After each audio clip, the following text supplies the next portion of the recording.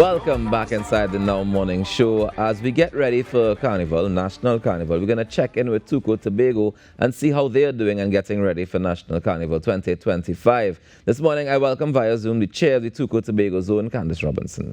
Good morning to you, Candice. Good morning, Marcus. Good morning, Trinidad and Tobago and the world at large.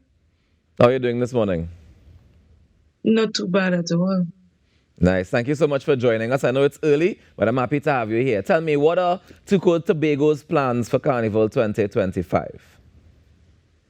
Okay. Well, we're having our launch tomorrow at the Calypso Rose Boulevard, which was formerly known as the Esplanade. Sorry. So we'll be having our tent opening tomorrow night from 8 p.m. Okay, and on Sunday we'll be doing a show at the Jade Monkey. We have other shows at the windward side of Tobago, and this time around, I made arrangements for shows to be done on the northern side because they've been left out for a while now. Mm-hmm. These shows, what is I mean, how many Calypsonians can we expect in the tent, first of all? Who are some of the names that we can see in the tent? Okay, so we have a cast of 25 people. We have our Tobago monarch, Miss Nicole Thomas. We have our last year monarch who earned his coveted spot in the national finals, Mr. Dillon Thomas. We have Roslyn Reed, Upukuwari, Kenneth Thomas, better known as Punchin, Excite. Some of these names you all might be familiar with because they would have made the semifinals in Trinidad. So yeah, And in there are the soca and artists as well. and I was just going to ask it in terms of the shows that you mentioned that happen at Jade Monkey and at the northern side and all that. Is it the same artists that we're using, or we have different casts of artists for these shows? Well, it would be the same cast, um, but obviously we would try to tweak the program in terms of the cast members to make it effective throughout the season. Okay, so the tent is a roving tent, is essentially. That's that's right. All Roving. right, fantastic. And you mentioned the competition winners before. We know that Dilly Swede ended up in the Calypso Monarch finals after winning the Tobago Monarch. But I heard that that rule has changed. So what happens with the winners now? So the winner of the Tobago Monarch, well, you just have the title for another year, right? Because that was a one-off thing. Of course, the Calypsonians in Trinidad would have voiced their opinions and concerns pertaining to that.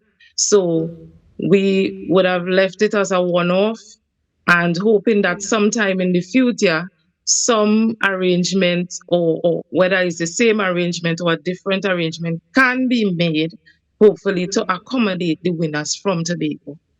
What were some of the concerns that the Calypsonians in Trinidad voiced that made this decision get reversed? Um, well, basically, um, like it then we need to earn our spots. Mm. Okay. So probably, it's just a concern of not passing through the semi-final round, right? So I think it's okay. It's okay to voice their opinions, right? So I think that Tobago Calypsonians is trying a little harder now to make that extra effort to go through the semi-final and have their turn in the final round of the competition. So is there going to be a separate Calypso Monarch in Tobago during this carnival? I know we had one during the October Carnival. During the National Carnival, are we having a competition as well? No, sir. No, we Okay. wouldn't have Tobago Monarch All right. So in the this. so everybody who is in the tent, they have the opportunity because they'll be judging in the tent, yes? That's right. And then And they have the there's also the right. unattached judging. That's for people who are not in a tent, but you still want to vie for a chance for the semi-final and final round of the competition. Yeah. So they have that opportunity still to get into the semifinals and make it That's to the finals. that's right. That would be taking place on the 10th of February Mm-hmm. for the junior prelims. There'll be the unattached as well, and later on in the evening, the judges will be judging the magnificent quartet. All right, fantastic. And if people want to come out to the tent, what is the pricing like and the times like? Okay, so this weekend at the Esplanade and Jade Monkey, it's free. So the public can come out and support Calypso, be a part of love. Music is love. Fantastic. It can't be that price, you know, Candice. Free? Now, I Right. mean, can you tell me some of the topics being discussed in the calypsos this year for Tobago from Tobago calypsonians? Because I heard one from Jalice Orr, for example, talking about being an ostrich society and not Of burying our heads in the society. sand. Tell me what are some of the other topics that are coming up in the calypsos that we're hearing coming out of Tobago? Well, I know